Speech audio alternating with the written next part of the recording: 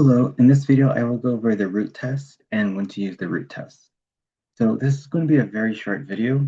I'm only going to do two examples. So yeah, calculus 2 root test. So root test. Suppose you have the summation of an define the limit as n goes to infinity of the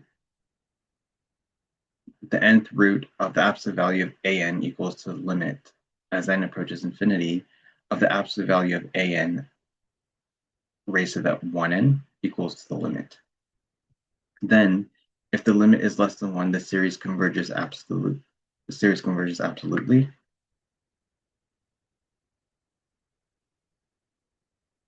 If the limit is greater than 1, the series diverges. If the limit is equal to 1, it is inconclusive. So we only use the root test if you have a variable raised to the variable, so n raised to the n. Fact, if the limit as n approaches infinity of n raised to the 1 over n is equal to 1, it will equal to 1.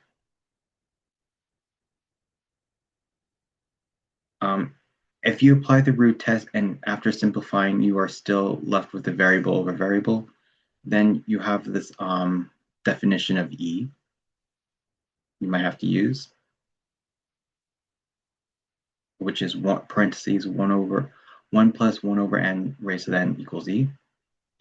So yeah, so if you have if after taking the root test and you have a variable raised to a variable, this will come in handy. So go ahead and write that in your notes, and then let's do the first example.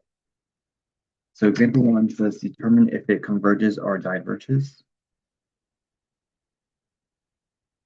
And we have the summation of n equals infinity of the rational function 5n minus 3n cubed over 7n cubed plus 2 raised to the n. So can we use the root test? Yes. The reason why it's basically something raised to the n, right? N raised to the n. So what now we can use the root test. So now what we're going to do is rewrite it as this.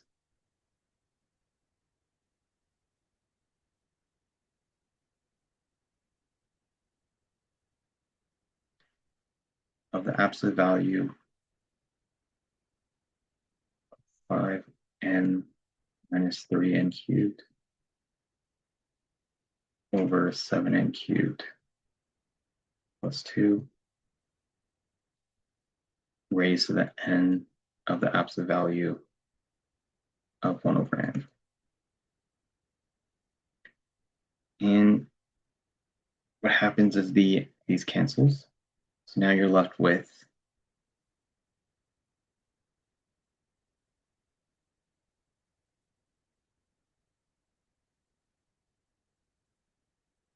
this. Don't limit as n approaches infinity. You're still left with the absolute value, so it's going to be 5n minus 3n cubed over 7n cubed plus 2. And what we do, since this is a rational function, this is 2, not as e. Since this is a rational function, what is the limit as a rational function? You kind of need the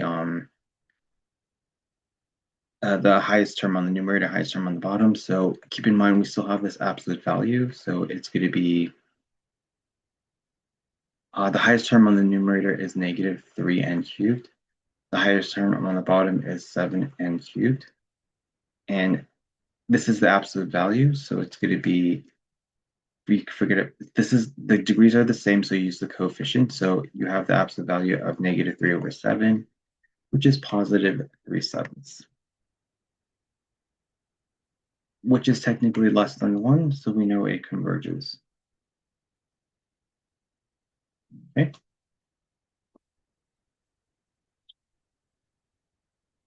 Let's look at example 2.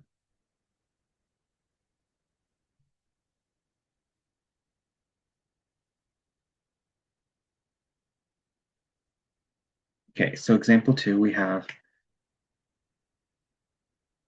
this summation of n equals to infinity, n equals 1 to infinity of parentheses n over n plus 1 raised to the n squared.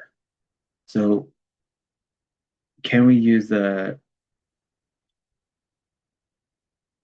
can we use the root test? Yes, because it's a variable raised to the variable. So what we're going to do is rewrite it as the limit as n approaches infinity of the absolute value of n over n plus 1 n squared, absolute value raised to the 1 over n. So uh, this is an n squared, sorry. Now, when you raise this to the 1n, it doesn't become 1, you're still left with n. So this is what you're left with.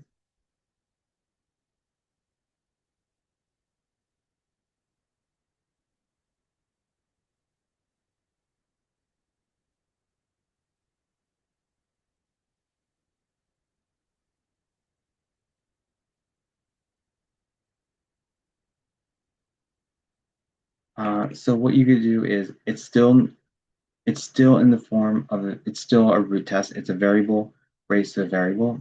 So you cannot apply the root test twice. So if you have some, yeah, that's important thing. You cannot apply the root test more than once, since it's still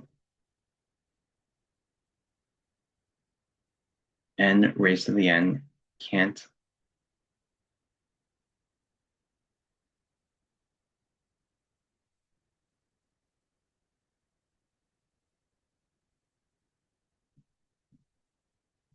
twice.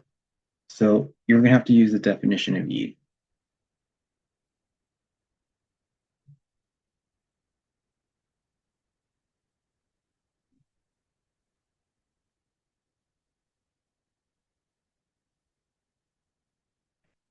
So what is the definition of E? If you look up, it was this.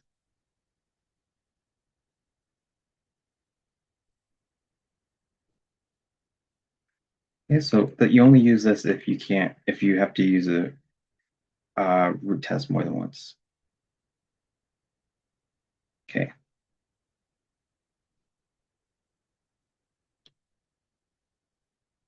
So if you really look at it carefully, this right here, let me circle it. This is almost very similar to this. It's just the reciprocal, right?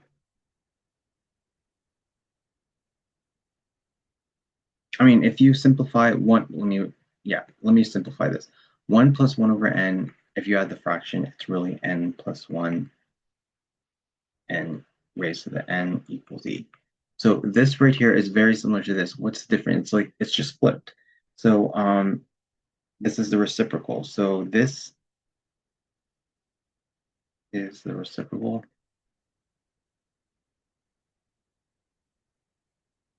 of 1 over e. So the reciprocal of e, or e over 1, is 1 over e, which is less than 1. So we can say it's absolute convergence.